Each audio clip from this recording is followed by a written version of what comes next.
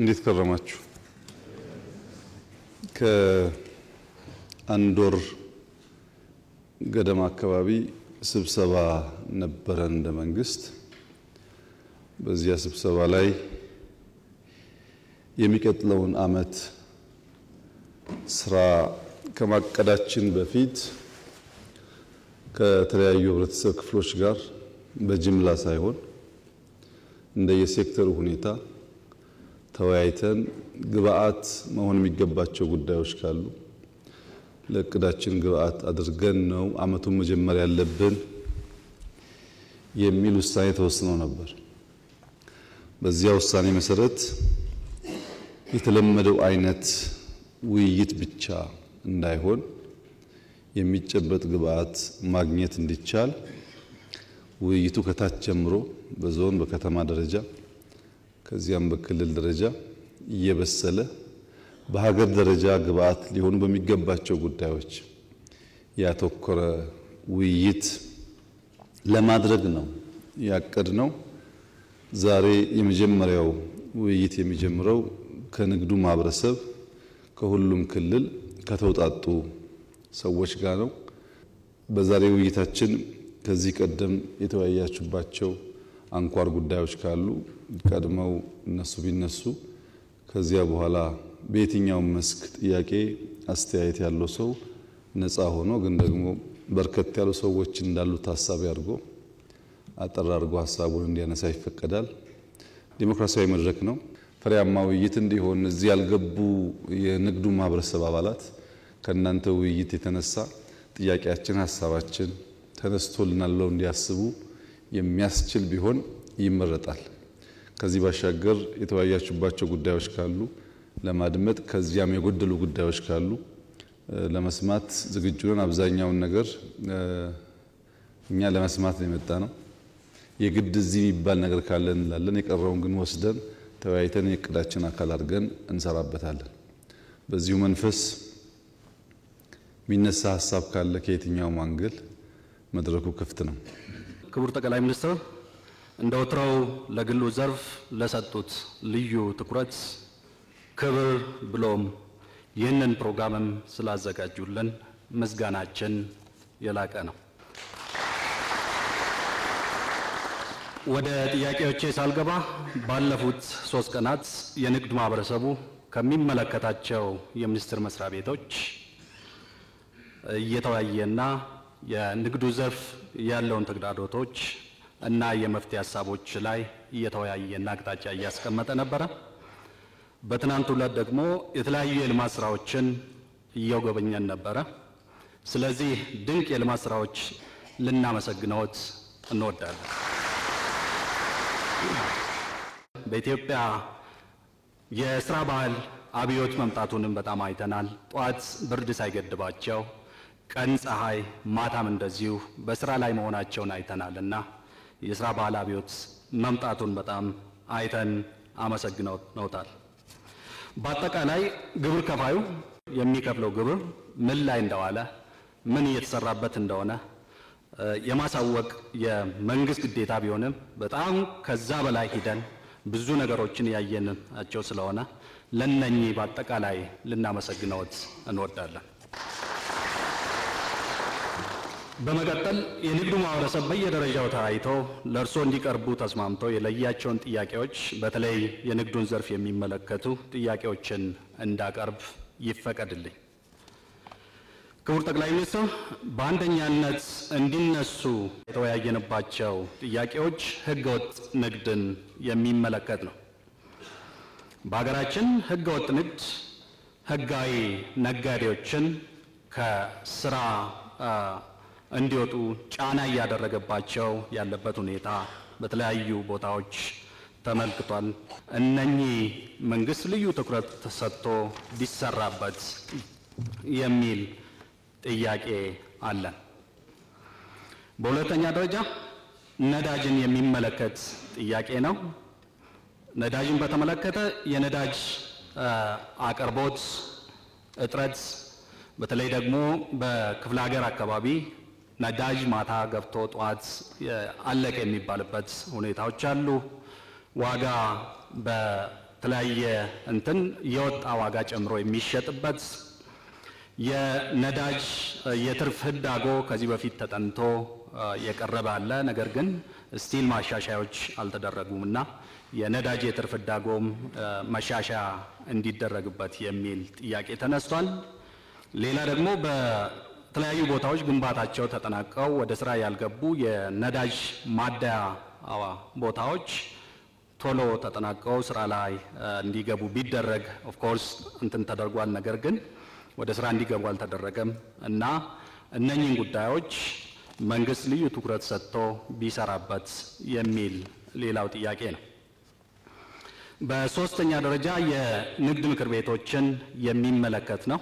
ይሄ የኢትዮጵያ ንግድና ዘርፍ ማህበራት ምክር ቤት የሚመራበት የአዋጅ 341 2003 በፈረንጆች 1995 ጀምሮ ስራ ላይ የዋለ ነው። ይሄ አዋጅ በጣም ብዙ ክፍተቶች ያሉበት እንዲሻሻል ከ2009 ዓመተ ምህረት ጀምሮ እየተሰራበት ይገኛል። ፋይናሊ ድራፍቱም ሁሉም የተስማማበት ወደ ፍትህ ሚኒስቴር ሂዶ እስካሁን በተለያዩ ምክንያቶች አልጸደቀምና እንደው ልዩ ትኩረት ተሰጥቶ ይህ ፕሮክላሜሽን እንዲጸድቅልን በታላቅ ትህትና እንጠይቃለን። በአራተኛ ደረጃ የማቀርበው ጥያቄ የፋይናንስ አቅርቦትን በተመለከተ ነው። የመጀመሪያው የብሔራዊ ባንክ ያስቀመጠው ሊሚት ባንኮች በተለይ ቢዝነሱን ሰፖርት የሚያደርግ በቂ የፋይናንስ አቅርቦት እንደሌለ ተነስቷል። ስለዚህ ይህንን መንግስት ልዩ ትኩረት ሰጥቶ እንዲቀርፍልን፣ በተለይ ከክሎዚንግ ጋር ተያይዞ ደግሞ ከ28ኛው ቀን እስከ 31ኛው ቀን ባንኮች ገንዘብ እንዲወጣ አያደርጉም። ምክንያቱም የባንክ ማኔጅመንትም ሰራተኛው የሚገመገመው እንደ KPI አድርጎ የሚወስዱት ባንክ ውስጥ ያለው ዲፖዚት ስለሆነ ያቺ ጊዜ እንደምንም ገንዘብ እንዳይወጣ ያደርጉና በአንደኛው ሁለተኛው ቀን ደግሞ አላስፈላጊ የሆኑ ኢቭን ባንኩንም ሊጎዳ የሚችሉ ዊዝድሮዋሎች ይኖራሉና ይሄም ስርዓት መስተካከል መቻል አለበት የሚል ነው። ሌላኛው የባንኮች የማበደር አድማሳቸው በተለይ ስኮፓቸው የተወሰኑ ኤሪያዎች ላይ ሊሚት ያደረገ ነው።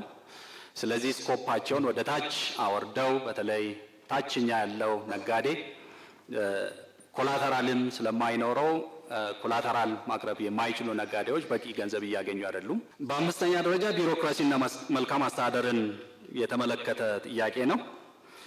እንግዲህ ዝቅ ብለውና የሙያ ስነ ምግባራቸውን አክብረው መንግስትና ሕዝብ የሰጣቸውን ኃላፊነት የሚወጡ በትክክል አገልጋይ የሆኑ በጣም ብዙ የመንግስት ሰራተኞችና የመንግስት የስራ ኃላፊዎች ቢኖሩ በጣም ጥቂቶቹ ደግሞ ይህንን ወደ ጎን በመተው እስከ ገንዘብ ቢሮ ውስጥ እስከ መቀበል ድረስ ይደርሳሉ የሚል ጥያቄ ተነስቷል።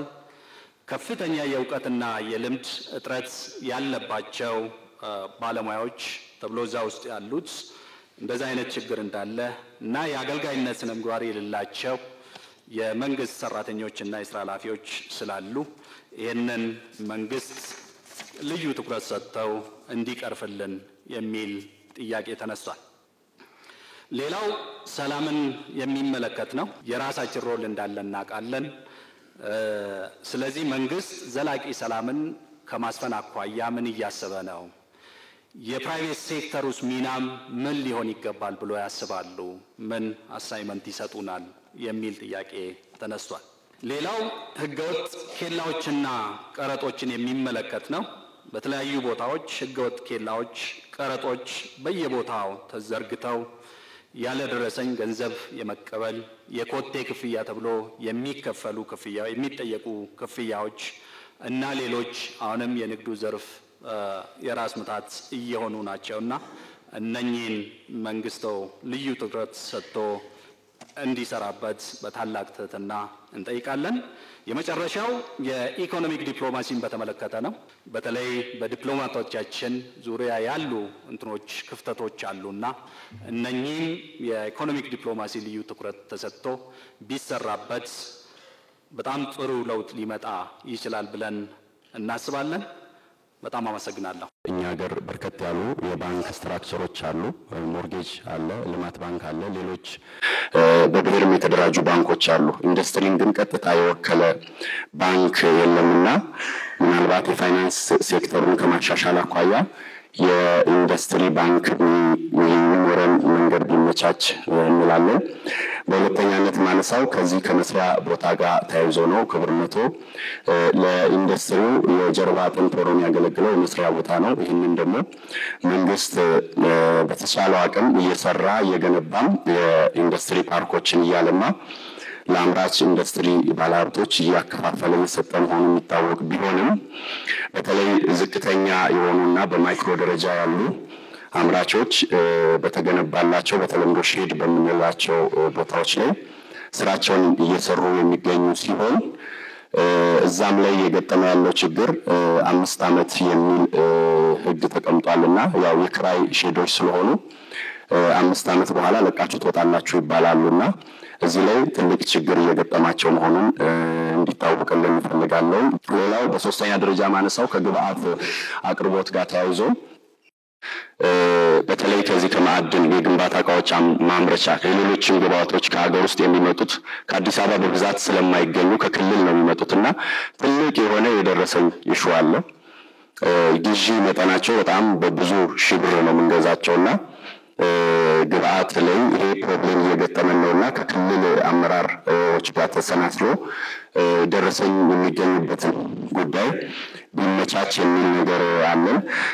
ሌላው በእውነት ክቡርነቶ በሚገርም አይነት ሁኔታ በሀገራችን ውስጥ ኢንዱስትሪያሊስት ነጋዴ አምራች እየተከበረ የመጣበት አይነት ሁኔታ ነው ያለውና በእርሶ የስልጣን ዘመን በዚች አጭር ጊዜ ይህን አይነት ምልክት ማየት በራሱ በእኛ ትውልድ ላይ እድለኛ ከሚያስብሉን ነገሮች መሀል አንዱ ነውና የአገልግሎት አሰጣጥ መቀላጠፉን ከንግድ ፍቃዶቻችንን በኢንተርኔት ከማደስ ጋር ጀምሮ ንግድ ፍቃድ ቤታችን ቁጭ ብለን ከማውጣት ጋር ተያይዞ የተለያዩ አገልግሎቶች በጣም ቀላል በሚባል አይነት ሁኔታ ንግድንም ኢንዱስትሪንም ኢትዮጵያ ውስጥ ማሳለጡ ብዙ የሚከብድ አይነት እንትን አልሆነም።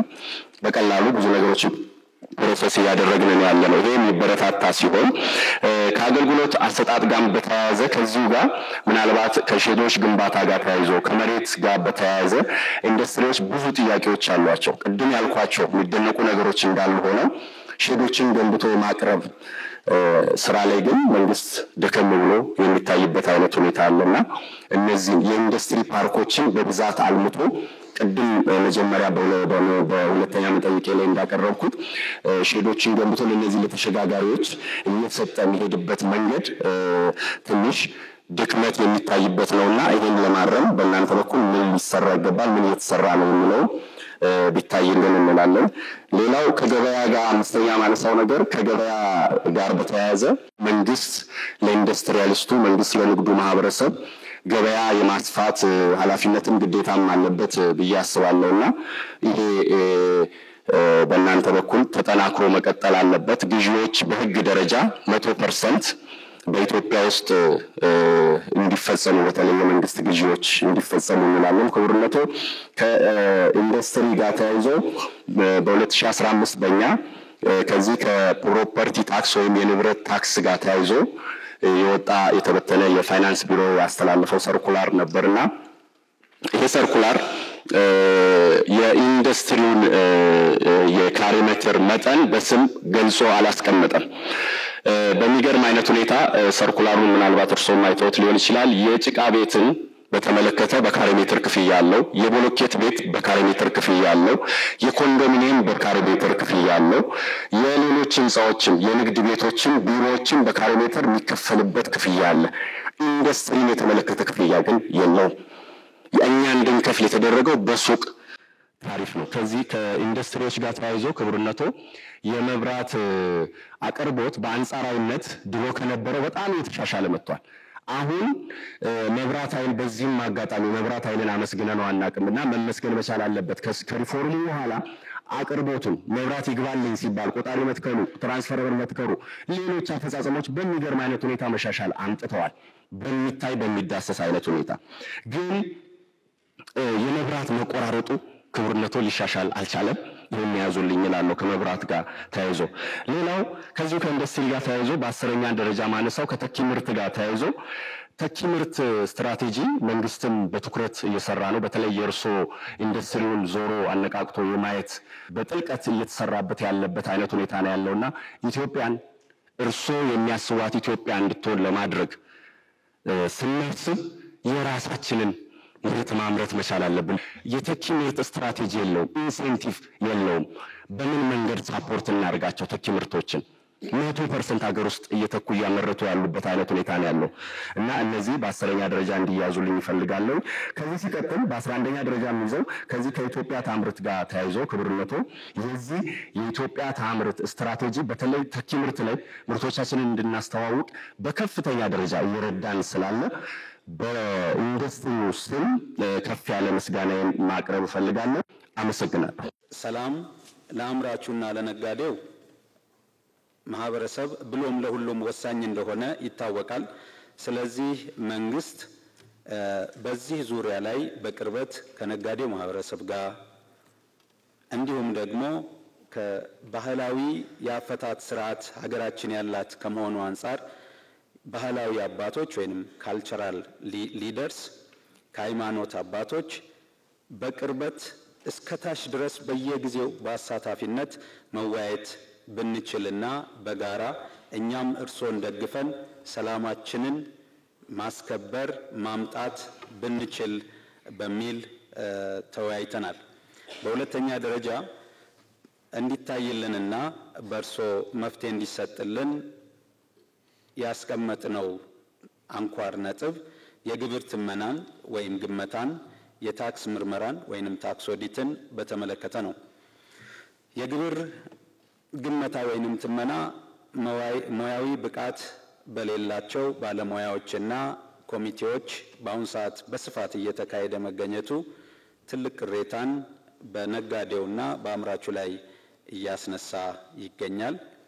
ሌላው የተለየ ቀመር ተሰርቶለት የሚሄድ ስላልሆነና ሳብጀክቲቪቲ ማተር በደንብ ስለሚበዛበት ይህ የሚገመተው ግምት ከአንዱ ሱቅ ወይንም ከአንዱ አምራች ወይንም ከአንዱ ነጋዴ እና ከሌላው ጥናትን ቤዝድ ያደረገ ባለመሆኑ ይህ መሰረታዊ ችግር ሆኗል።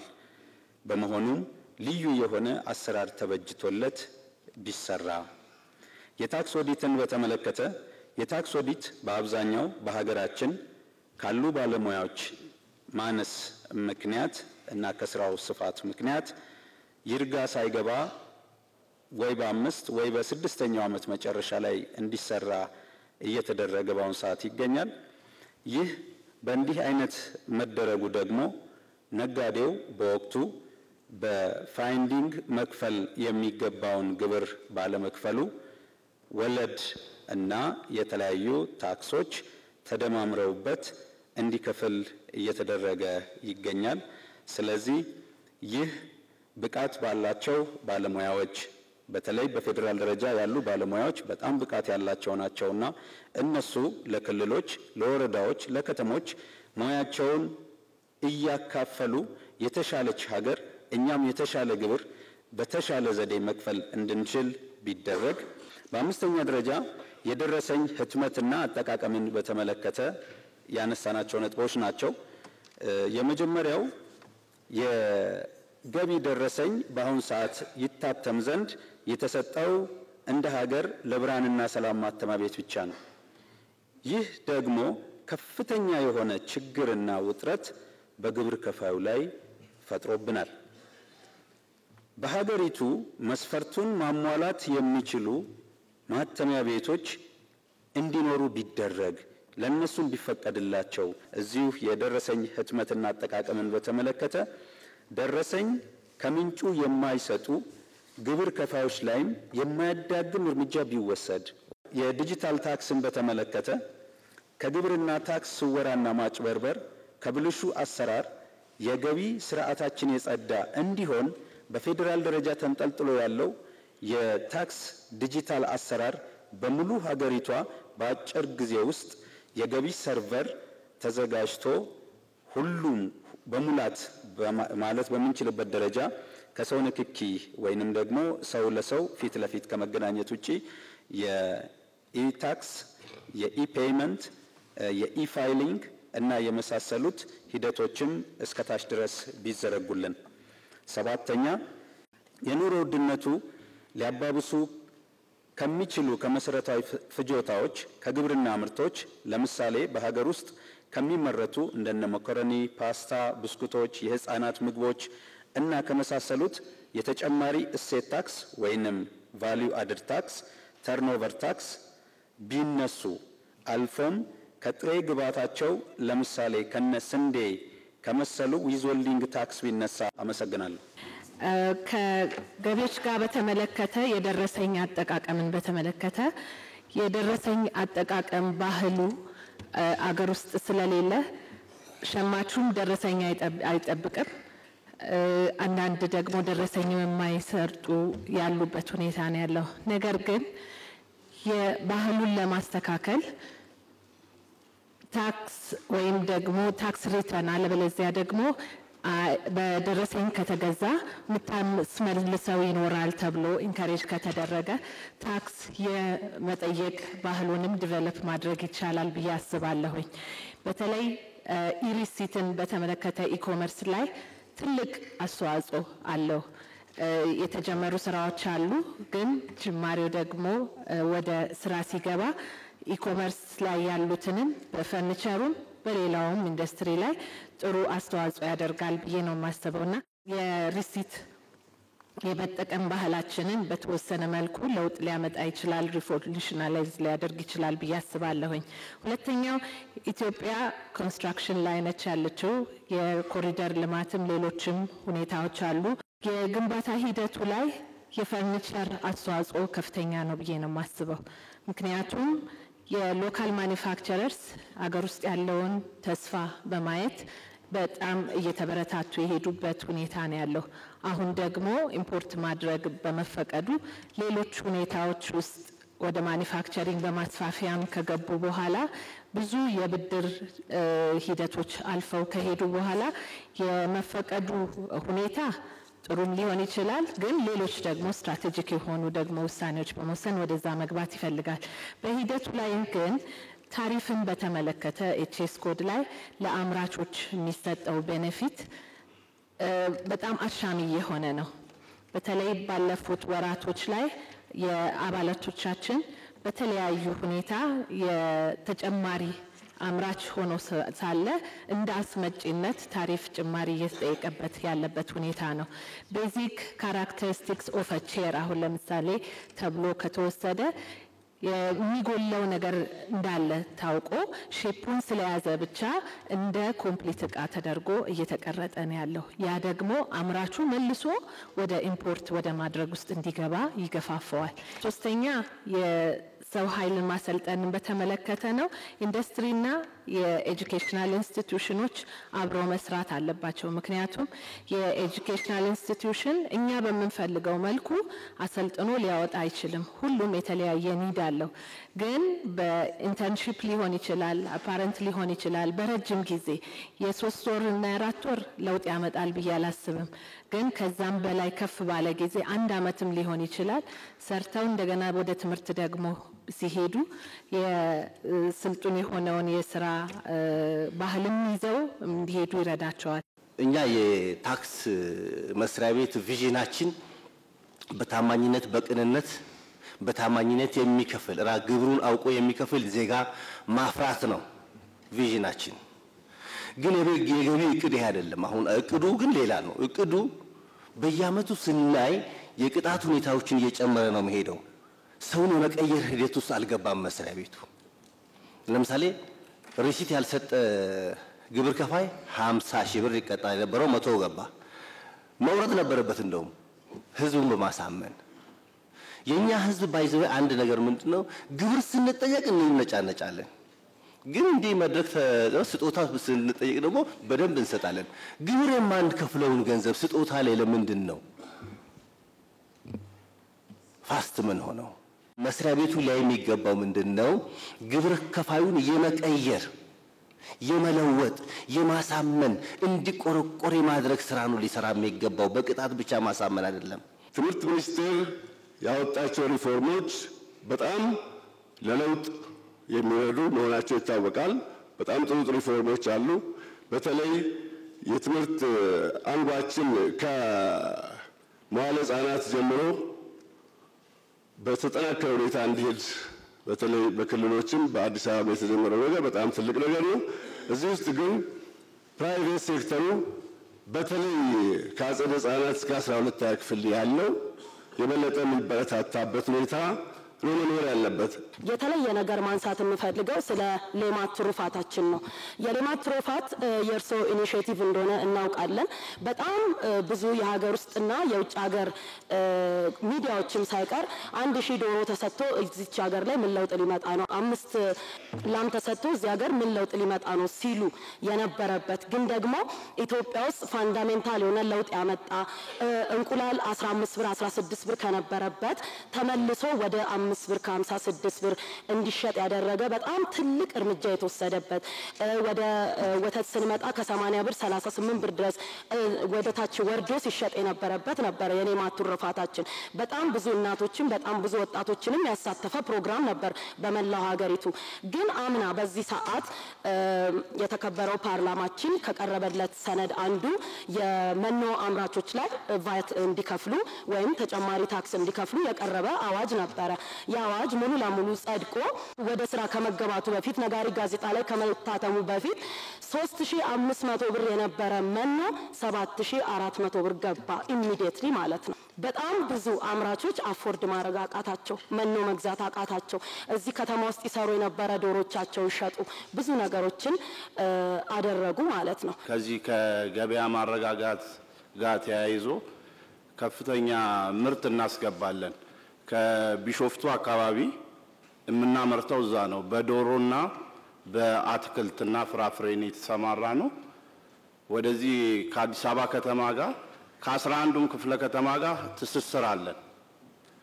በዛ መሰረት ብዙ አትክልቶችን ወደዚህ ከተማ እናስገባለን። አሁን ትልቁ ችግር የሆነው ይህንን ምርት ይዘን ደግሞ ወደ አዲስ አበባ ከተማ ስንመጣ የመንገድ ማናጅመንት ደግሞ በቱሉ ዲምቱ አካባቢ ያቆሙናል።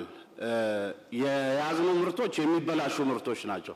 አንዳንዶቹ ወተት፣ አንዳንዶቹ ሽንኩርት፣ የተለያዩ ቲማቲሞች ፈጣን ለህብረተሰቡ እኛ ገበያ ማረጋጋት ላይ ስለምንሰራ የተለያዩ የገበያ ማዕከላቶች የተገነቡ አሉ። እዛ ላይ ነው ይዘን ሄደን ለህዝቡ የምናከፋፍለው እና እዛ ሄደን ለማድረስ ሰዓት ቢፈቀድልን አትክልት ስለሆነ የያዝነው ሰዓቶቹ ቢሻሻሉልን። ትናንት በተለይ ባየነው ነገር በጣም አድናቆቴን መግለጽ እወዳለሁ። እንደ ፕራይቬት ሴክተር ደግሞ በጣም ራሳችንን የፈተሽንበት ያየንበት የሰዎችን ሰርቨንት ሊደርሺፕ ምን እንደሆነ ያየንበት አመራሮች ሌት ተቀን ደከመን ሰለቸን ሳይሉ ቢሰሩ ሊያመጡ የሚችሉትን ለውጥ ያየንበት ራሳችንን ደግሞ እንዴት አድርገን ወደዛ መግባት እንዳለብን ድርጅቶቻችን እንዴት መምራት እንዳለብን የገመገብንበት ጊዜ ነበርና ይሄን በሱ አመራር ስለሆነ ማመስገን እወዳለሁ። ፋይናንስን በተመለከተ እንደሚታወቀው መንግስት የማኑፋክቸሪንግ ሴክተር በጣም አጽንኦ ሰጥቶ እያጠናከረ ነው ያለው። ነገር ግን ባንኮቻችን በዛው አላይን አይደሉም። እንደሚታወቀው ባንኮች አብዛኞቹ ለትርፍ ነው የሚሰሩት። ስለዚህ የማኑፋክቸር ሴክተር ደግሞ ወዲያ ብር የሚያመጣ ስላልሆነ ለነሱ አፕታይት በቂ አይደለም። ስለዚህ ብዙ ጊዜ ችግር አለ። ስለዚህ በአስገዳጅነት የተወሰነ ፐርሰንት ተግባራዊ በሆነ መልኩ የግድ ለማኑፋክቸሪንግ ሴክተሩ እንዲያበድሩ እና ማኑፋክቸሪንግ ሴክተሩን እንዲያጠናክሩ መንግስት ቢያደርግ ትልቅ ለውጥ ይመጣል ብዬ አምናለሁ። የኢንዱስትሪ ሚኒስቴር ወይም ደግሞ በክልል ላይ የሚገኙ የኢንቨስትመንት ጽህፈት ቤቶች ማሳለጡ እንደተጠበቀ ሆኖ መሬት ማስተላለፉ የራይት ኦፍ ኢሹን ማስከበሩ እንደተጠበቀ ሆኖ ኢንዱስትሪዎቹ በምን ደረጃ እንዳሉ የሚገመግምበትና የሚከታተልበት ስርዓት ቢኖር ችግራቸውን በቀጥታ በልዩ ሁኔታ ትሪት የሚደረጉበት የፋይናንስና የኢንፍራስትራክቸር ጉዳይ የሚታይበት ቢኖር እላለሁ። የሚመሰገኑ ጥራቱ የጠበቀ ምርት የሚያመርቱ ፋብሪካዎች አሉ። በዛ ልክ ደግሞ የሌሎች ፋብሪካዎች ስም የሚያበላሹ በተለይ የኮንስትራክሽን ዘርፉ ላይ እዛ አካባቢ ስለሆነ የምሰራው ብረት የሚያመርቱት ፌሮ ብረት ከደረጃው በታች የወረደ ብረት ይመረታል። ስለዚህ እዛ አካባቢ ላይ በደንብ ተደርጎ ጥራት ምክንያቱም ምንገነባት ኢትዮጵያ ምናስባት ኢትዮጵያ ለረጅም ጊዜ የምትገነባ ስለሆነ እነዚህ ከኮንስትራክሽን ምርቶችም ከሌሎች ምርቶችም ጋር የምርት ጥራት ቁጥጥር ላይ በደንብ ሊታይ ይገባል የሚል ነገር አለ። ከነዳጅ ጋር ተያይዞ ባለው ነዳጅ ውድነት ባለሀብቶች ማለትም እነዚህ አሽከርካሪ ባለቤቶች በአሁኑ ሰዓት ከአዲስ አበባ አሶሳ ከተማ ድረስ ከ30 እና ከ40 ብር የነበረውን የአንድ ኩንታል ዋጋ ዛሬ በ1000 ብር ጭነት ነው ዋጋ ነው አሶሳ ከተማ እየገባ ያለው። ነጋዴው ደግሞ ይሄንን ያወጣውን ወጪ በየመንገዱ ደግሞ የሚሰጡ የእጅ መንሻዎች ተዳምረው በዋጋ ላይ በሸቀጥ ዕቃዎች በፍጆታ ዕቃዎች ላይ ዋጋ የተጨመረ ማህበረሰቡ እየተጎዳ ያለበት ሁኔታ አለ። በትክክለኛው መንገድ ያወጣውን ወጪ ሂሳብ አድርጎ የሚሰራ አለ። እቺን አጋጣሚ ደግሞ ተጠቅሞ ደግሞ የዋጋ ጫናን የሚፈጥሩ ኃይሎች ይኖራሉና ይሄን በጋራ ልንታገላቸው ይገባል። ዛሬ ለመጠየቅ የምፈልገው ምንድነው እንደሚታወቀው የባህል ምግቦቻችን በዓለም በጣም ተወዳጅ ናቸው።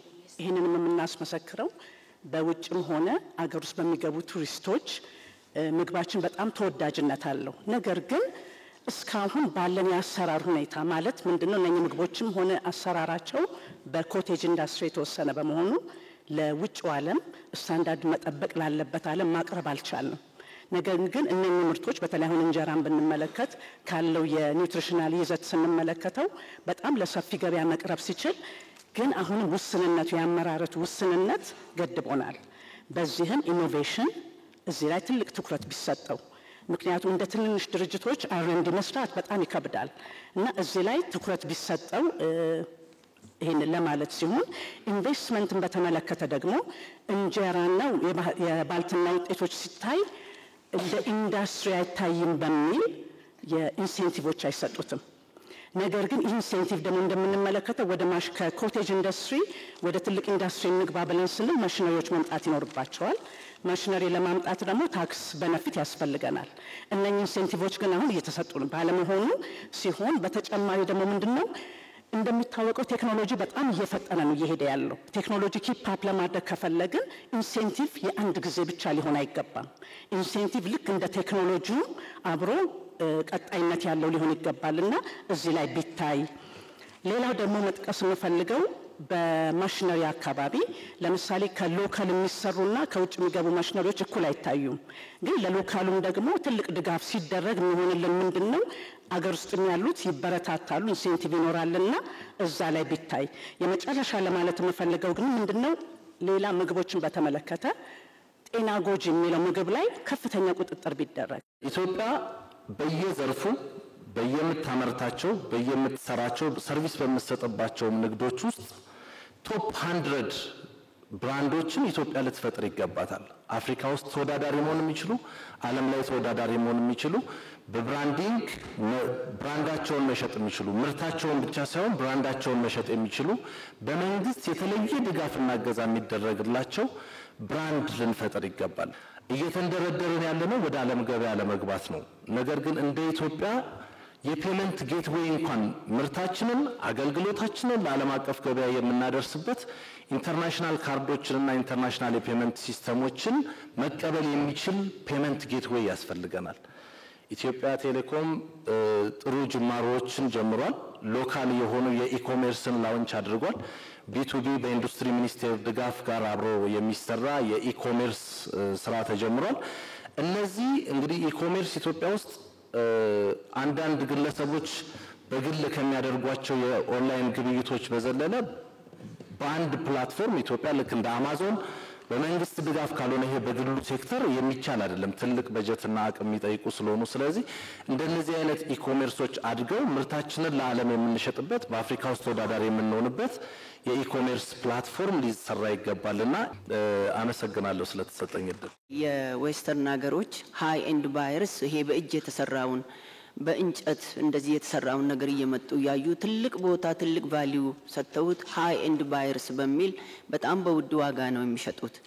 በዚህ ስራ ላይ ያሉት ሰዎች ግን ያንን ያክል ሊበረታቱና ብዙ ነገር ሊያደርጉ ሲችሉ በጣም ብዙ የሚቀር ነገር አለ።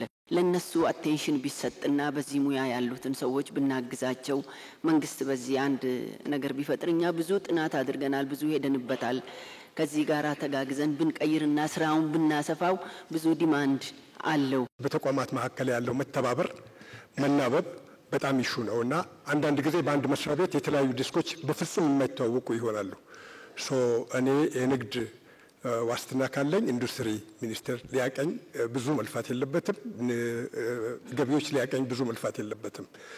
በቅርብ ጊዜ አንድ ምሳሌ ኤርፖርት ፐሪሼብል አይተም ለመጫን ተሄዶ አንድ ጓደኛዬ ነው 8000 ብር አልከፈልክም ተብሎ የ300 ምናምን ሺህ ብር እቃ በስብሶበታል ያለ መናበብ ችግር። እርሱን ትኩረት ቢሰጠው አመሰግናለሁ። 2250 የሚሆኑ ባለጋራዦችን ወክዬ ስለሆነ እዚህ ጋር የምገኘው ምንድነው የማነሳው ያልታየ ዘርፍ ያልተደገፈ ዘርፍ እዚህ ቦታ ላይ ሁላችንም ስንመጣ ያለ መኪና የመጣ ሰው የለም። በግሉ መኪና፣ በመንግስት መኪና፣ በድርጅት መኪና በሙሉ ያለ መኪና የሚንቀሳቀስ ሰው የለም። ንብረቶች የሚተላለፉት እህሎች የሚመጡት ሁሉም በመኪና ነው። ግን አልታየም፣ ዘርፉ አልተደገፈም። አንድም ቀን እኔ ለ20 ዓመት ብያለሁ ስመላለስ 100 ካሬ ሜትር የተሰጠው ሰው የለም። የሥራ ቦታ የለንም፣ ተቸግረናል። ከሃይማኖት ተቋማት ተከራይተን ከሃይማኖት ተቋማት ውል እያለን ውላችንን ጥሰው ክራይ ይጨምሩብናል። ምክንያቱም እኛ ያለማነውን ቦታ እኔ ስራ እንትኖች የምናገራቸው ለይቅርታ የምጠይቀው የምናገራቸው ነገሮች ከመናቅና ከመግፋት እንዳይታሰብብኝ የመኪና ሻጮች በለማ ቦታ ላይ መጥተው መቆም ስለሚችሉ እንደኛ አይነት ጥያቄ ስለማያነሱ ሊያባረሩን ይችላሉ። ክራዩን ባንጨምር ማለት ነው። መንግስት ምንም አይነት ልማት እዛ ቦታ ላይ ለማልማት ደንብ አስከባሪዎች ያግዱናል። ሰርተን የምናድርበት እድል ሳይሆን በጣም አስፈላጊ የጀርባ አጥንት ያገሪቱ ሆኖ ሳለ ግን ያልተደገፈ በምንም መልኩ በብቃት መረጋገጫ እየታሰርን የኖርንበት በአግባቡ እኛ እየሰራን በህገ ወጥ መንገድ የሚሰሩ ሰራተኞች የሚደገፉበት ይሄ ዘርፍ ያልታየበት ችግራችን ሰፊ ነው። የመስሪያ ቦታ ከቀረጥ ነፃ የዘመኑ ማሽኖችን ብናመጣ ይጣላብናል፣ የሀገራችን ይጣላባታል እንዴ? እንኳን እኛ ሶስተኛው ዓለም ላይ ሆነን እና አሜሪካ እየጠገኑ ነው የሚኖሩት። እኛ መጠገንን ካልደገፍ ነው እንዴት ልንሆን እንችላለን? እዚህ ሀገር ላይ ክቡር ጠቅላይ ሚኒስትር አምራች የሚባል መኪና የሚሸጥ ሰው የለም። ገጣጣሚ ነው ያለው። ልጅና የእንጀራ ልጅ ተደርገን አምራችና አገልግሎት ሰጪ ተብለን መኪና እየተነዳ የመጣው መኪና ቦዲ የሚያስሩር ሰዎች አምራች ተብለው 10,000 15,000 ካሬ ይሰጣቸዋል። እኛ ግን ቶታል ሎስ ተብሎ የተጣለውን የሀገር ኢኮኖሚ ደግፈን የምንሰራው አገልግሎት ሰጪ ተብለን ታግደናል። እንግዲህ ቡና ከተሰራ ምን ያህል ትንሽ ከፍርሶ ሲያደርጉለት እና እስከ ስብራቱ ቀና እንዲል ሲያደርጉለት ያለውን አይተዋል። ያንን የአደረጃጀት ጥያቄ ጠይቀን ነበር። የአደረጃጀት ጥያቄ ሚኒስትር ይሁን ሚኒስትር ሲሆን ሰልፍ አይዝም እኮ ቀጥታ ከእርሶ ጋር ይገናኛል። አሁን ግብርና ውስጥ ሰልፍ ይዞ ነው ያለው። የስንዴው የበቆሎው የምናምን ነው እንዴ? ተራ ሳይጠብቅ እርሶ ነው ያገኙ ነው። አሁን ቡና ያኔ አርሶ አደሩም መንግስትም ሁላችንም ተጠቃሚ በድርሻው ያለን እንሆናለን ብዬ ነው የማስበው። እኛ ጥያቄዎችን ለመንግስት ብቻ ማሽጎርጎር ሳይሆን መንግስት ከንግዱ ህብረተሰብ ምን ይፈልጋል፣ ንግዱ ህብረተሰብስ ከመንግስት ምን ይጠብቃል የሚለው መሰረታዊ ጉዳይ መታየት ያለበት ይመስለኛል። ስለዚህ አሁን ሰኔ ነው ያለነው። ቀጣይ ከሐምሌ 1 ጀምሮ እስከ ጥቅምት 30 ግብር የምንከፍልበት ወቅት ነው። ቅድም በመግቢያው ላይ ሲናገሩ ከመግባቶት ጀምሮ በአንክሮ ከታተል ነበር። ቀጣይ እቅድ አለ። እቅድ በበጀት ይመራል። በጀታችን በትሪሊየን ብር ነው። ስለዚህ ይህ የአገሪቱ የጀርባ አጥንት የሆነው ንግድ ህብረተሰብ ከታክስና ግብር ከፋዮች የአንበሳውን ድርሻ የሚወስድ ነው። በመሆኑም እኛ ይችን አገር እንድታድግ እንፈልጋለን የምንል ሁሉ ስለ አውሮፓ ስለ ሌላው እድገት ስናወራ ስንደሰኩር የምንገኝ እኔ በበኩሌ ከምገኝ ይቺ አገር ኢትዮጵያ እንደ አውሮፓ እንድትሆንና እንድትሰለጥ እንድታድግ ስለመመኝ ሁላችንም እቅዱ ስኬታማ እንዲሆን ግብራችንን በታማኝነት ከሌቦች በጸዳ መልኩ በወቅቱና በጊዜው ከፍለን የቀጣይ 2018 ዓመተ ምህረት እቅድ ተግባራዊ እንዲሆን ከግብ እንዲደርስ ቃል ገብተን የምንወጣበት ጭምር እንዲሆን እፈልጋለሁ።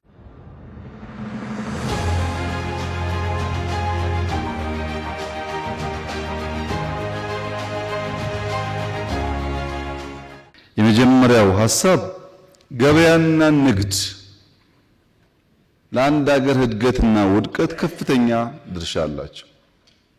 ገበያ ሀገር ይገነባል። ገበያ ዕውቀት ያሸጋግራል። ገበያ ስልጣኔ ያመጣል።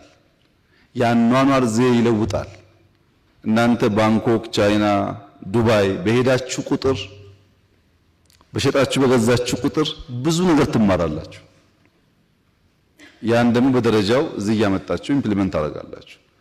ገበያ ዝም ብሎ ብር የሚገኝበት ብቻ ሳይሆን ስልጣኔ የሚቀዳበትም ሀገር የሚገነባበትም ለአንድ ሀገር ኤግዚስተንስ ህልውና በጣም ወሳኝ ነገር ገበያን ለሀገር ህልውና እንደማቆያ እንደ መሰልጠኛ እንደ መሸጋገሪያም ጭምር ነው የምንወስደው መወሰድም ያለበት። ያ ካልሆነ በቀር አገር ሊጸና ሊገነባ አይችልም።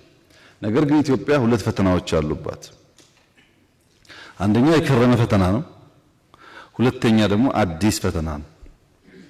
መንግስታት አሮጌውን ብቻ ቢጠግኑ የትናንትናውን ችግር ብቻ ቢፈቱ ነገ ደግሞ ስለሚያመልጥ ተመልሰው ትውልድ የተጠገነ ትናንትና ግን ያልተሰራ ነገ ስለሚረከብ መከራው ይቀጥላል።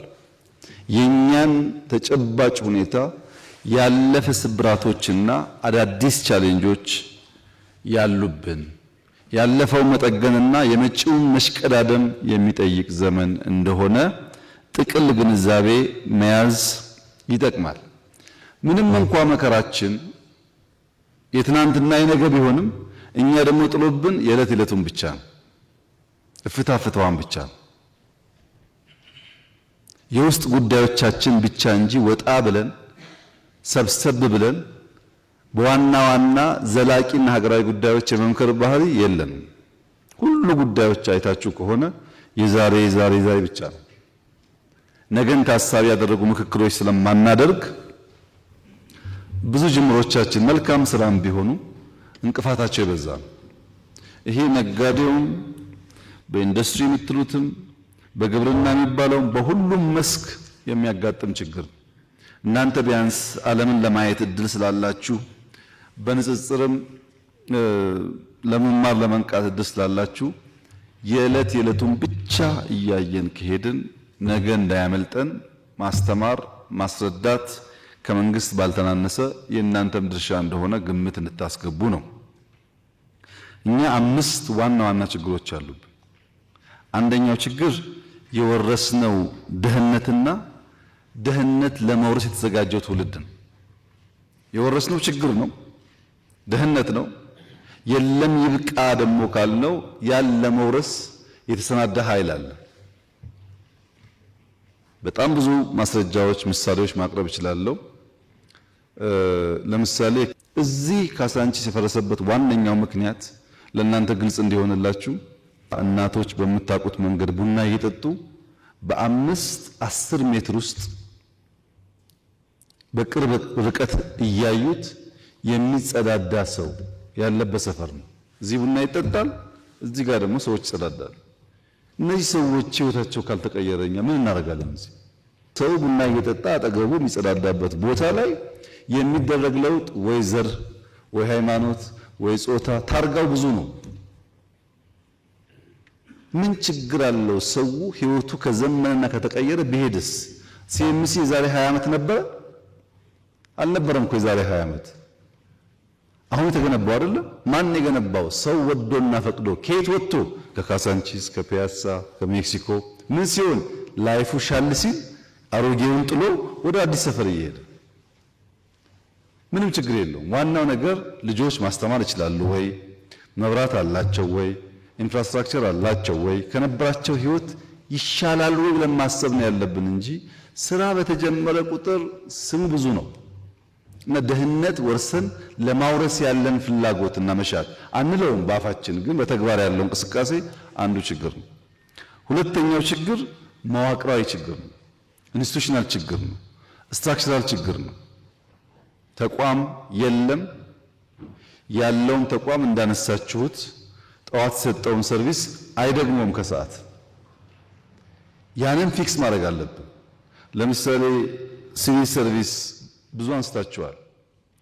ሲቪል ሰርቪስ እኮ ሪፎርም እናርግ እንቀይር ብለን ስትራቴጂ አወጥተን አሰልጥነን ስራ ስንጀምር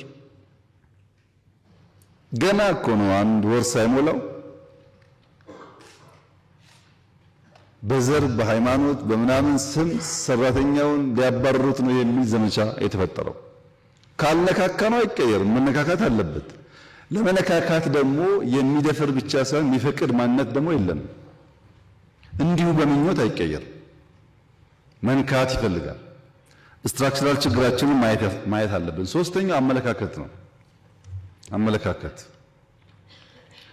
ከአራሹ ይልቅ ተኳሹን የሚያወድስ፣ ከአራሹ ከሰራተኛው ይልቅ አጥፊውን የሚያወድስ አመለካከት አክሮስ ዘ ካንትሪ ያለ አቲቲዩድ ነው። ጀግና ማለት ጠዋትና ማታ ሰርቶ ልጆቹን የሚያስተምር አይደለም። ጀግና ማለት ክላሽ አንግቶ የሚሳደብ ነው። ጀግና ሰራተኛ ነው። ያ አመለካከት ግን የለም።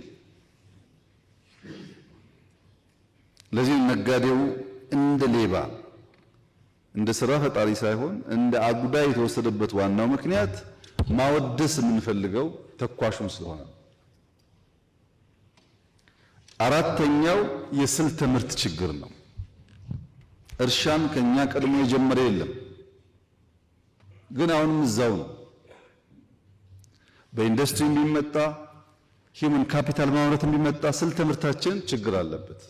እንዴት ፕሮዳክቲቭ መሆን አለብን የሚል ጉዳይ ማሰብ መስራት ይጠይቃል። አምስተኛው የማገልገል ችግር ነው፣ ሰርቪስ። እኔ ይገርመኛል፣ ሰሞኑን ስናገር ነበር። ሰው ተነስቶ እንደፈለገ ሲናገር የት አገልግለህ ነበር ብሎ የመጠየቅ ባህሪ የሌለው ህዝብ ነው ይሄ።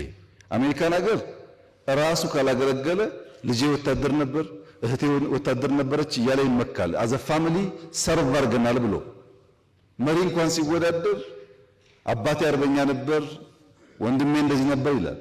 እዚህ ሀገር አንድ ቀን አገልግሎ የማያውቅ ሰው ሁሉ እንደፈለገ ስራ ምን ችግር እንዳለበት የማያውቁ ሰዎች ናቸው ስለ ስራ የሚናገሩት።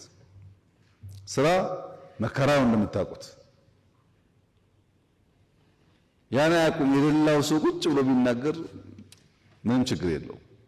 ያ አመለካከት እስካልተፈታ ጊዜ ድረስ የምናስባቸው በርካታ ጉዳዮች እንዳሻነው ላይፈቱ ይችላሉ። እነዚህን መሰረታዊ ጉዳዮች ከተገነዘብን ችግሮቻችንን ከተረዳን በኋላ ዛሬ ከተነሱት አንዳንዶቹን መልሼ አንዳንዶቹን እንዳላችሁት ተወያይተን የእቅዳችን አካል እናደርጋለን። ብዙዎቹ ይፈታሉ። የመጀመሪያው ቡና ሚኒስትሪ ይሁን ላሉት በየቀኑ በእያንዳንዱ ቀን ማታ ማታ የቡና ኤክስፖርት ቀጥታ ሪፖርት እቀበላለሁ። በየቀኑ ለምሳሌ ዛሬ የዚህ ወር ዛሬ ጠዋት የነበረው 55.3 ሺህ ቶን የወጣው በዚህ ወር ቡና ያገኘነው ገቢ የዚህ ወር 375 ሚሊዮን ዶላር ነው። ዋነኛ ስራዬ ነው። በየቀኑ ሚኒስትርም ሆነ ኮሚሽንም ሆነ ኤጀንሲም ሆነ እስከሰራው ድረስ ትርጉም የለውም። ነገር ግን ወርቅ የግንቦት ወር ብቻ 419 ሚሊዮን ያገኘ ነው። ቡና 375 ነው። ስለዚህ መጀመሪያ ሚኒስትር መሆን ያለበት የወርቅ ሚኒስትር ነው ማለት ነው። በዛ ከሆነ ግን ሁለቱም መሆን የለባቸው። ሁለቱም ፕራይቬት ነው መሆን ያለባቸው። የኛ ሄዴክ መሆን የለባቸው። እና አደረጃጀት ወሳኝ ነው፣ ያስፈልጋል። ግን ዋናው ትኩረት ሰጥተን ካልመራነው ውጤት ሊመጣ ስለማይችል የመረጃ ችግር የቅርበትና የሊደርሺፕ ችግር እንዳለ አታስቡ። በጣም በቅርበት ነው የምንመራው። ለዛ ውጤት የመጣው በአዋጁ ብቻ ላይ የመጣው በቅርበት ስለተመራ ነው። ህገወጥነት ከዚህ ጋር ተያይዞ የተነሳው ኢትዮጵያ ውስጥ ህገወጥነት፣ አታሎ መውሰድ፣ አታሎ መጎዳት አይደለም፣ አታሎ መቀማት ነጋዴው ሀብታሙም ይሁን ባለስልጣኑም ይሁን ተራ ሰራተኛውም ይሁን የሆነች ነገር ማለፍ ማታለል ብልጠት አድርጎ ነው የሚወስደው። በዚያ ምክንያት ብዙ ህገ ወጥነት አለ። ኮንትሮባንዱ ቁጥር ስፍር የለውም። ነዳጅን ብቻ ስላነሳችሁ ነዳጅ እኛ እናመርትም። እንደምታውቁት እስካሁን ባለው ሁኔታ ገዝተን ነው የምናመጣው። ገዝተን ስናመጣ ደግሞ ህዝባችን እንዳይጎዳ ብለን ሰብሲዳይዝ እናደርጋለን። ብዙ ሰብሲዲ አለ። እኛ ሰፈር በሙሉ በጣም ውድ ነው ነዳጅ። በሙሉ ጎረቤቶቻችን አይወዳደርም። አንዳንዱ ከእጥፍ በላይ ምሽጥ አለ። የኛ ሰዎች ለኢትዮጵያውያን ተብሎ በሰብሲዲ የገባውን ነዳጅ አስበውና አቅደው ወደ ሁሉም ጎረቤት ያወጣሉ። ወደ ሁሉም። በዚያ መሃል ተጎድታችሁ ይሆናል እናንተ። ግን ችግር ደግሞ አለኛ የገጠመን ሰብሲዳይዝ አድርገን በዶላር የምናወጣው ነዳጅ ኢትዮጵያን ሳይሆን ጎረቤት ሀገራት እየጠቀመ ስለሆነ ሁለት ነገር መሆን አለበት። ነዳጅ እንዳይወጣ የምትጠብቁ ደግሞ የምትጠቀሙ ነው መሆን ያለባችሁ። ይሄ በሁሉ ወርቅ እንደዛ ነው፣ የቁም ከብት እንደዛ ነው፣ ስንዴ እንደዛ ነው። ማጭበርበር ዕውቀት ስለሆነ ልክ እንደ ኢኖቬሽን ነው። የጋራ ህልም የጋራ ራዕይ የሌለው ሀገር እንደዚያ ነው። ባጭሩ ነዳጅ ንግድ ሚኒስቴር ኮምፕሌንቱን ሰምቷል። ሰሌክቲቭሊ የእኛን ስጋት በሚቀንስ መንገድ ይፈተዋል የሚል እምነት አለኝ። እኔም ፎሎ አደርጋለሁ። አዋጅ በሚመለከት የንግድ ምክር ቤትም በኋላ ደግሞ ከሴቶች ጋር የተነሳውን እሱ እናያለን፣ አይተን ምላሽ እንሰጣለን። የፋይናንስ አቅርቦት በሚመለከት ሁለት ነገር ባላንስ ቢደረግ፣ በአንድ በኩል በለውጡ ማግስት እኛ ስንመጣ 80-75% ገደማ የባንክ ብድር የሚበደረው መንግስት ነው። እናንተ አልነበራችሁ። ይሄ እውነት ነው። ቦንድ ነበር፣ ታውቃላችሁ። 27% ቦንድ ነበር። ብድር ለፕራይቬት ሴክተር አይሰጥም። አሁን ቢያንስ 80-85% ብድር ለፕራይቬት ሴክተር ይሰጣል። ይሄ ጥያቄ የለውም፣ መንግስት ስለቀነሰ ብድሩ ማለት ነው። ያም ሆኖ እናንተ እያደጋችሁ ስለሆነ ፍላጎታችሁም ስራችሁም እየሰፋ ስለሆነ የሚቀርበው ገንዘብ ግን በቂ አይደለም። እኔ ተዳፈርክ ባትሉኝ እዚህ ካላችሁ ሰዎች ባለፉት 7 ዓመታት ሀብቱ ቢያንስ አንድ እጥፍ ያላደገ ሰው 10 ሰው ያለ አይመስለኝም። ሁሉም ሰው እየጨመረ ነው። ግን ሲፈጥረን ኮምፕሌን ማድረግ ነው። የእያንዳንዳችሁ እናትና አባት የእናንተን ኑሮ አልኖሩም። ለእናንተ ብዙ ነገር ቀሏቸዋል። በእርግጥ ሰርታችሁ ነው፣ ደክማችሁ ነው። እናንተ አመስጋኝ ስትሆኑ እንሰራለን ለራሳችንም ለትውልድም ለሀገርም ስትሉ፣ ሌላውም እናንተን ሲከተል ነበር በጣም መልካም የሚሆን። በየሴክተሩ ግን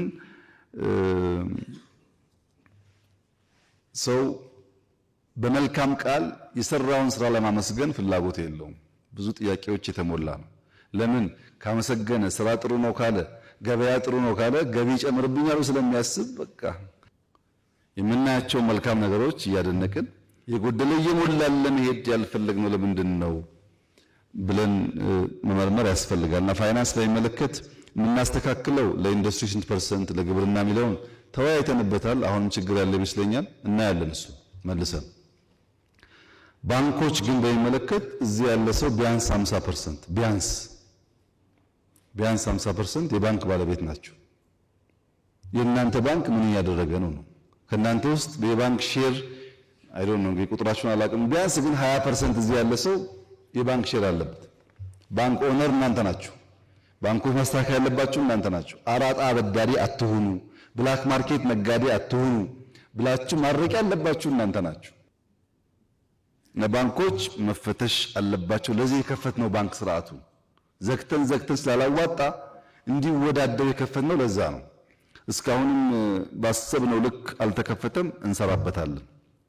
ፋይናንስን በሚመለከት አንዱ ለሴክተር ለኢንዱስትሪ ለግብርና እያል እናጠናለን። ሁለተኛ ደግሞ በውድድር የተሻለ ሰርቪስ እንዲሰጡ ለማድረግ እንሞክራለን። ማገልገል ላይ ችግር አለ፣ በየወረዳው ችግር አለ፣ አመራር ችግር አለ። ምን ጥርጥር የለውም። በጣም ብዙ ሰው ስለሆነ ያለው እኛ ውስጥ ቶሎ ብሎም ሀብታም ለመሆን የገባ ብዙ ሰው አለ። ሳይችል በሆነ መንገድ የገባ ሰው አለ እና ሲወጣ እንዳያችሁት ጠላት ነው የሚሆነው። ነበርኩ አውቃቸዋለሁ፣ አብሬያቸው እንደዚህ ናቸው እያለ ይቀጥፋል። የታሰረ የሚሆን የሸሸ እንደደገፈ ነው። አትችልም ዞር በል ሲባል ነው ሌላ ከለር የሚያወጣው እንጂ ባለበት ሰዓት ምን ሰምቼ አላውቅም። ከማንም ሰው ወጥቶ ቢናገር ቢከራከር ቢያጥላላ ችግር የለውም። ግን የማገልገል ችግር አለብን። እንኳን ለማገልገል ለምንድነው ማታ ማታ ስራ የምታየው? ይህ እኮ የጠቅላይ ሚኒስትር ባህሪ አይደለም የሚል እኮ ብዙ መካሪ ነው ያለው። ነውር ይመስለዋል ስራ ማየት፣ መደበቅ ትክክል ይመስለዋል፣ ስራ ማየት ግን ነውር ይመስለዋል። እዚህ ሀገር ደግሞ እንዳያችሁት ካላያችሁት ስራ አይሰራም። ስታዩ ስትከታተሉ ነው ስራ የሚሰራውና ማገልገል ችግር አለብን። ሁሉም ጋር ያለ በሽታ ነው። እኛ እንደ መፍትሄ ያመጣነው አውቶሜሽን ነው። መሶብ አብዛኛው ሚኒስትሪ እየገባ ነው ወደ አውቶሜሽን። አሁን ሁሉም ክልሎች ለምሳሌ አርባ ምንጭ፣ ሐዋሳ፣ ብዙዎች ዋና ዋና ከተሞች ባህር ዳር፣ ጎንደር፣ ጅማ እየጀመሩ ነው፣ እየተዘጋጁ ነው ያሉት። እንደተባለው አብዛኛውን ሰርቪስ ቨርቹዋል እናደርገዋለን። ሌብነት ይቀንሳል፣ ኤፊሽንሲ ይጨምራል። በዚያ መንገድ ነው የፒቲ ኮራፕሽን ለመቀነስ እየሞከርን ያለ ነው።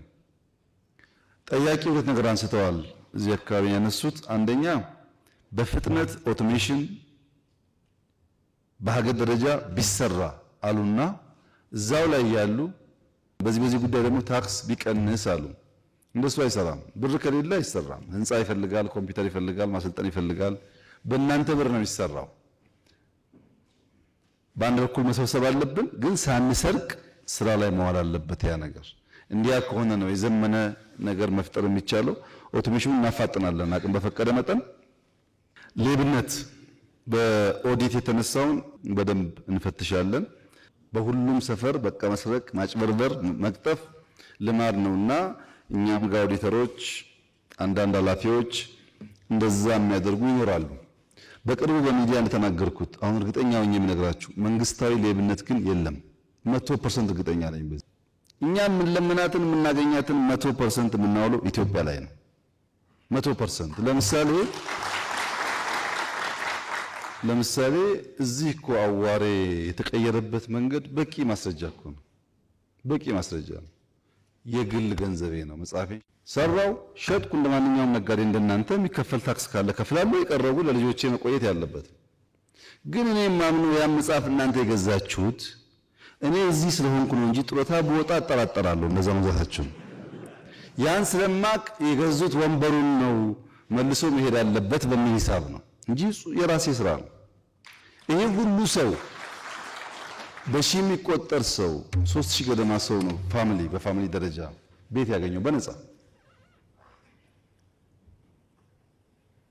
ሁሉም ሰው በዛ መንገድ ማገልገልን ከመረጠ ብዙ ነገር መቀየር ይቻላል። በእኔ እምነት ብዙዎቹ በቅርብ ርቀት ያሉ ሰዎች እንደዛ ናቸው። ሌብነቱ ግን 50% ያለው እናንተ ጋር ነው። በትንሹ 50% ሀብታም መሆናችሁን ለማሳየት በር ቀጠሮ እንዲከፈትላችሁ ስለምትፈልጉ ገና ሌብነት ያልተለማመዱ ወጣቶችን ሳይቀር የምታለማመዱ ግን እናንተ ናችሁ። ይሄን መካድ አይቻልም። እናንተ ካልሰጣችሁ አሁን ለምሳሌ ገቢ ላይ በገቢዎች ብቻ ሳይሆን በእኔ ኦፊስ የሚመራ ስትሪንግ ኮሚቴ አለ። ብዙ ሚኒስትሮች ያሉበት ስልክ አለ። እስቲ እውነት ከልባችሁ ከሆነ ፒቲ ኮራፕሽን ስትጠየቁ ደውሉልንና 10 ሰው እጅ ከፍንጅ እንያዝና ታያላችሁ ሰዎቹ ስራ ሲሰሩ። ከዛ በኋላ የሚያስቸግራችሁ ሚኒስተር ካለ እስቲ አንድ ሰው ማስረጃ ይስጠኝና አንድ ሳምንት አላቆየውም። አምጡ ግን ማስረጃ በሌለበት ግማሹ በዘር ግማሹ በሃይማኖት ግማሹ በሰፈር ሰው ለማጥላላት የሚያደርገው ነገር ደግሞ ለውሳኔ ጠቃሚ አይደለም። ካገዛችሁን ከተጋገዝን በእርግጠኝነት ብዙውን እንቀንሳለን። አትስጡ። አቃሉ ያስቸግራችኋል ለስራ ቀድማችሁ ጠቁሙ። አብረን እንያዛቸው። 10 ሰው ከያዝ እየፈራ ይሄዳል ማለት ነው። ጥንቃቄ የጨመረ ይሄዳል። እናንተ ሳትጠቁሙ እየሰጣችሁ እያመቻቻችሁ እኛን ደግሞ ሌቦቹን ለዩ ካላችሁ ብቻችን አንችልም። እንተጋገዝና ባናጠፋ እንኳን እንቀንሳቸው። ያለ ማለት ዝግጁ ከሆናችሁ በእኛ በኩል ዝግጁ ነው። ስልክ እንዳለን ይታወቃል። ከቸገራችሁም ተጨማሪ እናወጣለን። ቀድማችሁ ንገሩን። ልዩ ቲም እናዘጋጃለን፣ አብረን እንይዛለን፣ እርምጃ እንወስዳለን። እንደሱ እያደረግን ቢያንስ አይን ያወጣውን ሌባ ትንሽ ረገብ እናደርገዋለን። በዛ መንገድ እየፈታን ብንሄድ ነው ጥሩ የሚሆነው። እኔ ያለኝ አጠር ያለው መልስ እሱ ነው። ኢ-ሰርቪስ እናስፋፋለን። ብቃት የሰራተኛ ብቃት በሚመለከት ሁለት ነገር ታሳቢ ቢደረግ፣ አንደኛ የኛ ኤጁኬሽን ሲስተም ኢንዱስትሪው የበቃ ሰው ሊያወጣ አይችልም። እንዳትጠብቁ እሱን አንዱ ማስተካከል ያለብን ሶስተኛ አራተኛ ዓመት ሲደርሱ የግድ ኢንዱስትሪ ውስጥ ገብተው ካልሰሩ የክላስሩም ብቻ መያዝ የለብንም ብለን ጀምረናል። እናስፋፋዋለን። እሱ እደ ጥበብም ይሁን ጋራጅም ይሁን ሌላም ቦታ ተማሪ ሊመረቅ ከሆነ 1 ዓመት 6 ወር ማገልገልን እንዲማር ማድረግ አለብን። ቢኮዝ በክላስ የሚሰጠው ትምህርት ብቻውን በቂ ስላልሆነ ጀምረናል፣ እናስፋፋለን። እሱ ግን እናንተ ናችሁ ዋና አስተማሪዎች። ሰው ለመማር ዝግጁ ሆኖ እናንተ ጋር ከመጣ በኋላ እናንተ ናችሁ አስተምራችሁ ሰው የምታረጉት እንጂ የኛ ትምህርት ስርዓት አሁን ባለው ሁኔታ ትንሽ ውስንነት አለበት። ተጋግዘን እሱንም ማዘመን ይቻላል። ኤንኪዩአይ ላቦራቶሪ ላይ ኳሊቲ ላይ ስታንዳርድ ላይ በጣም ጥሩ ስራ የሰራ ነው። አላያችሁት ይሆናል እናንተ ግን ከሚያኮሩ ስራዎቻችን አንዱ እሱ ስለሆነ የተገነባ ነገር አለ፣ መጠቀም ያስፈልጋል። ሎጂስቲክስ መንገድ እዛ ቢገነባ ባቡር ቢገነባ መብራት የተባለው በሙሉ ትክክለኛ ኮንሰርን ነው። ዋናው ችግራችን ሎጂስቲክስ ነው። ግን አሁን ያለን አቅም ውስን ስለሆነ ትንሽ ጊዜ ይፈልጋል። ባቡር ስንዘረጋ መንገድ ስንዘረጋ ሪሶርስ ያለበት ቦታ ዘርግተን ሪሶርስ ለማውጣት አይደለም። ኢኮኖሚክ ቲንኪንግ አይደለም የነበረን ፖለቲካ ነው። ፖለቲካ ስለሆነ ብዙ ጣጣ መጥቶብናል። ለምሳሌ የስኳር ፋብሪካዎችን ብንወስድ 13 ገደማ ስኳር ፋብሪካዎች አሉ። እያንዳንዱ ፋብሪካ የራሱ መልክዓ ምድር፣ የራሱ ታሪክ፣ የራሱ ልምምድ አለው። ግን የነበረው ኮርፖሬሽን ተብሎ በአንድ ኩባንያ ስር ገብቶ የማይሰራው የስኳር ፋብሪካ የሚሰራውን እየገደለ አንዱም ስኳር ፋብሪካ ደሞዝ መክፈል አይችልም። ደሞዝ ተውትና ትርፋማ መሆን። አሁን በቅርቡ ነው ወንጂ ነፃ ያወጣው። ወንጂ ግን 67 ዓመቱ ነው። አትራፊ የነበረ ነው።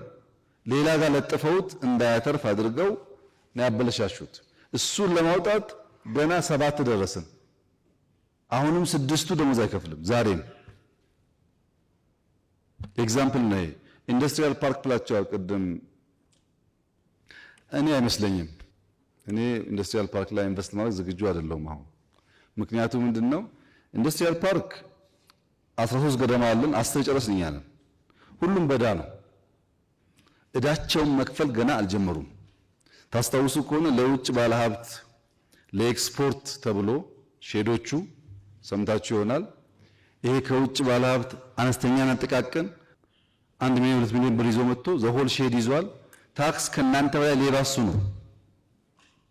አገሩ ነግዶ አያውቅም። አነስተኛ ጥቃቅን ነው። እሱ ይሰገሰግና ዘሆል ንግድ ስርዓቱን ብላክ ማርኬቱን ያው እንደምታውቁት ያደርጋል። ለዚያ ነው ኢንዱስትሪያል ፓርክ ለሎካል አምራቾችም ይሰጥ ብለን የወሰንነው። ግን አሁን ትርፋማ ቀርቶ ራሱን ያልቻለ ኢንዱስትሪያል ፓርክ እያየን ሌላ ኢንቨስትመንት አናደርግም። ፕራይቬት ሴክተር ግን እናበረታታለን። አሉ እኮ የሚገርም ኢንዱስትሪያል ፓርክ የሰሩ ሰዎች አሉ፣ ከኛ ፓርኮች ያላነሰ። ወደሱ የሚገቡ ሰዎች ካሉ ለማገዝ ዝግጁ ነው። በመንግስት ደረጃ ግን አይመስለኝም። ሰላም ብዙዎቻችሁ አንስታችኋል። ሰላም ትክክለኛ ዴፊሲት ነው። ግን መጥፎ የሚሆነው ምንድነው? ተቃዋሚ ፓርቲ ይሰበሰብና ሰላም ቢመጣ መንግስት ቢያስብበት፣ ባለሀብት ቢመጣና መንግስት ቢያስብበት፣ እንደዚህ ጥሩ አይደለም። ከኃላፊነት ባንሸሽ። እኔ እዚህ ውስጥ ያላችሁ ሰዎች ምን ያክል እንደዛ እንደሆናችሁ አሁን ዳታ ስላልያዝኩ አልናገርም። በእርግጠኝነት ግን የኢትዮጵያን ሰላም የሚያናጋው 60% የኢትዮጵያ ሀብታም ነው። 60% ሰዎቹን በብር የሚቀልበው እዚህ ያለ ሀብታም እና የቀለባችሁ ፋይናንስ እያደረጋችሁ መልሳችሁ እኔን ሰላም ብትሉኝ አይሆንም። ሰላም ከፈለጋችሁ ፋይናንስ አታድርጉ እና አትርዱ፣ ምከሩ፣ ይምጡ። ከመጡ በኋላ እኛ የምንፈልገው ያያችሁትን ብልጽግና ነው የምንፈልገው። ለብልጽግና ደግሞ ሰላም ያስፈልጋል። ጎበዝ ከሆኑ ችግር የለውም አብረን ብንሰራም። ጎበዝ ከሆነ ስራ የሚያቅሰው ከሆነ መማር የሚፈልግ ከሆነ አብረን መስራት ፍላጎታችን ነው። አሁን ሰላም እየተባለ ያለው ቢዝነስ ነው። ኮንትሮባንድ ወርቅ፣ ነዳጅ እንዳይሄድ ማድረግ ነው እኮ ሰላም ማለት። ሰው አግቶ ብር አምጡ ማለት አይደለም። ቢዝነስ ነው እኮ ንግድ። ልክ እናንተ እንደምትነግዱት ያ ደግሞ ግብር የለውም፣ ታክስ አይከፈልበትም። ሰው ይታገታል፣ ብር አምጣ ይባላል። ንግድ ነው። በእኛ በኩል ዝግጁ ነን። ሰላም ይፈልግ ሰው ካለ ምንም ችግር የለውም። እናንተ ጫካ ብር አትላኩ፣ እኛ ደግሞ በሰላም ይመጣ ሰው ካለ እንቀበል፣ የሚወያይ ካለ እናወያይ፣ የሚቀጣ ካለም እንቅጣ። ህግ ማስከበርም ስራችን ስለሆነ ያን እያደረግን በእርግጥ በጣም ቀንሷል አሁን ያለው ነገር። አብዛኛው ወሬው የሚበዛው ግን አሁንም ቢሆን ሰላም በጣም በጣም አስፈላጊ ነገር ስለሆነ ተባብረን ብንሰራ ጥሩ ይመስለኛል። ኬላዎች ሁለት ችግር ነው ያለው ኬላ ላይ እንዴት እንደምናደርግ እንዴት እንደምታግዙን እናያለን። አንደኛው ችግር ከሞያሌ ለምሳሌ ሐዋሳ ድረስ 10 ኬላ ቢኖር ኤግዛምፕል ነው። ከሞያሌ ጀምሮ በአይሱዙ ስር በምናም መኪና ስር ተነስቶ ወይ ወርቅ ወይ ክላሽ ወይ ጥይት ተበይዶ ነው ተበይዶ ተጭኖ ይመጣል። ምንም ኬላ ከሌለ በየቀኑ አዲስ አበባ ብዙ ፈንጅ ብዙ ቦምብ ይገባል ማለት ነው። ለእናንተ ኢዚ ይሆናል፣ ግን ሰው ይቀጥፋል። እንደዚህ አይነት ኮንትሮባንድና መሳሪያ ደግሞ እንዳይዘዋወር ኬላ ሲባል የሚቀመጠው ሰውዬ የኮቴ የምናምን እያለ ያስከፍላል። ክፍያ የሌለበት ግን ፍተሻ የሚደረግበትን መንገድ እንዴት እናመቻች የሚለውን አብረን እንሰራለን። ከትምህርት ስርዓት ጋር ተያይዞ ተነሳው እንፈትሸዋለን። ችግሮች ይኖራሉ፣ ፈትሸን የሚስተካከል ጉዳይ ካለ እናስተካክላለን። በደንብ ኖት አድርጌያለሁ። ከሴክተሩ ጋር እንወያይና ለማሻሻል እንሞክራለን። ዲፕሎማሲው ብራንዲንግ በሚመለከት እንደሚቀረን ገብቶን ተወያይተንበታል፣ ስልጠናም ሰጥተናል። ዘሆል ዲፕሎማሲያችን ኢኮኖሚ ተኮር እንዲሆን ተግባብተናል። የማንም ዲፕሎማት ዋነኛ ስራ ገበያ ማፈላለግ ነው። ዋነኛ ስራው እናንተን አስተባብሮ ኢንቨስት እንድታደርጉ። ለምሳሌ ኬንያ ያለው ሰውዬ ኢትዮጵያውያን በዚህ ሴክተር ኢንቨስት ቢያደርጉ ያዋጣቸዋል ካለ እናንተን አግዘን ማስገባት ነው ወደዛ። እና ችግሩ እውነት ነው፣ ተወያይተናል፣ ሰልጥነንበታል። ተቋሙን እያሻሻልን ስንሄድ ይፈታል። የክራይ ሼድ አምራች እና አስመጪ መካከል ያለውን ብዙ ችግር ስላለብን ጊዜ ስጡን እንየው በደንብ። ለምሳሌ 5 ዓመት ያላችሁት 5 ዓመት ካልሆነ ሰዎች ይወጣሉ ወይ? ከዛ እንደዛ የተመቸው ሰው ያድጋል ወይ? እንዴት አድርገን ነው ግራጁዌት እንዲያደርግ የምናደርገው የሚለውን ጉዳይ እናያለን። በተለይ እህት ያነሳችው የሚገጣጠም የሚጠግንም የሚለያይ አሰራር ያለን እናያለን፣ እንፈትሻለን።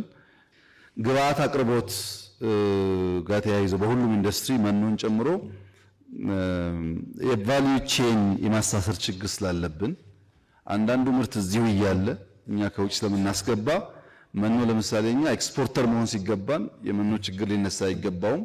ማምረት እንችላለን። መኖ የሁሉንም እንዴት እንደሚፈታ እናያለን። ከሌማት ጋር እህት ያነሳሽውን እንዴት ሰምቻለሁ፣ ኮምፕሌንቱን እናያለን። አይተን መፍትሄ እናበጃለን። በእኛ በኩል አንዳንድ ህጎች ሲወጡ አንደኛውን በር ይዘጋሉ፣ ሌላ ደግሞ ችግር ይፈጥራሉ። እየተማርን እሱን ደግሞ ኢንሃንስ እያደረግን እንሄዳለን። ጨርሰን የምናውቀው ነገር ስላልሆነ እየተማርን ነው የሚቀየረው ነገር። የሀገር ውስጥ መጠቀም ይሄ ባልሰለጠነ ዓለም በጣም ከባድ ይመስለኛል። ምክንያቱም አሁን እዚህ ያለ ሰው ከለበሰው ሱፍ ስንት ሰው ነው የሀገር ውስጥ የለበስከው ቢባል አላቅም ስንቱ ደፍሮ ከሀገር ውስጥ እንደሚል። እዚህ የሚሰራ ነገር ሁሉም ይረባ አይመስለንም። እዚህ ያለ ችግር ነው። የሆነ ሆኖ ግን ሱፉም እዚህ ይመረታል። በጣም በርካታ ምርቶች አሉ። በአዋጅ አይደለም ሁላችን ካኪ እንልበስ አንልም። አሁን ዘመን ተቀይሯል። ግን ኮንሺየስሊ የሀገር ምርት መጠቀም በጣም አስፈላጊ ነገር ነው። በመዝጋት ሳይሆን ኮንሽስ ሆነን የሀገር ምርት ብንጠቀም አንዱ የአንዱን እየገዛ ገበያ ቢያሳልጥ ያዋጣል። እናስተምራለን፣ እኛ እንጠቀማለን። እንደዛ እያልን በሂደት እየተፈታ መሄድ ይመስለኛል። ከፕሮፐርቲ ታክስ ጋር የኢንዱስትሪው ይታያሉትንም እናያለን። ሳናቅ ስተን ከሆነ እናያለን። ታክስ መከፈል አለበት፣ ምንም ጥያቄ የለውም።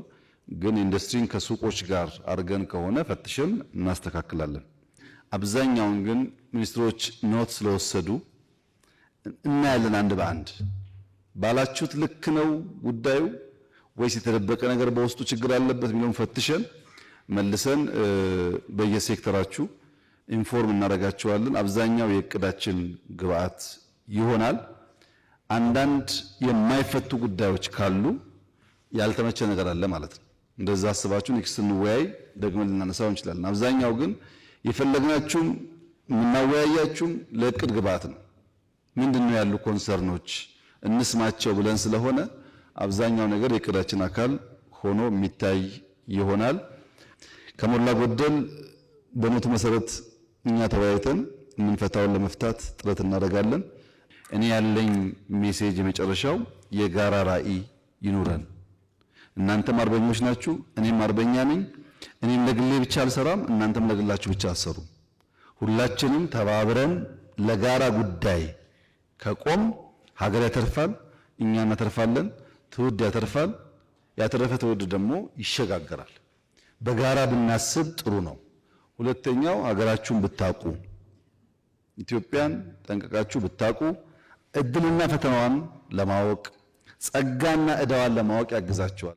በውስጡ ያለው አውቀን እንድንቆጭ አብረን እንድንሰራ እንድንተጋገዝ ስለሚያደርግ ሀገራችሁን ለማወቅ ፈተናዋን ለማወቅ ችግሮቿን ለማወቅ ዕዳዋን ለማወቅ ብትጥሩ ጥሩ ነው። እንደዛ ካደረግን ለጠላት አንገዛም።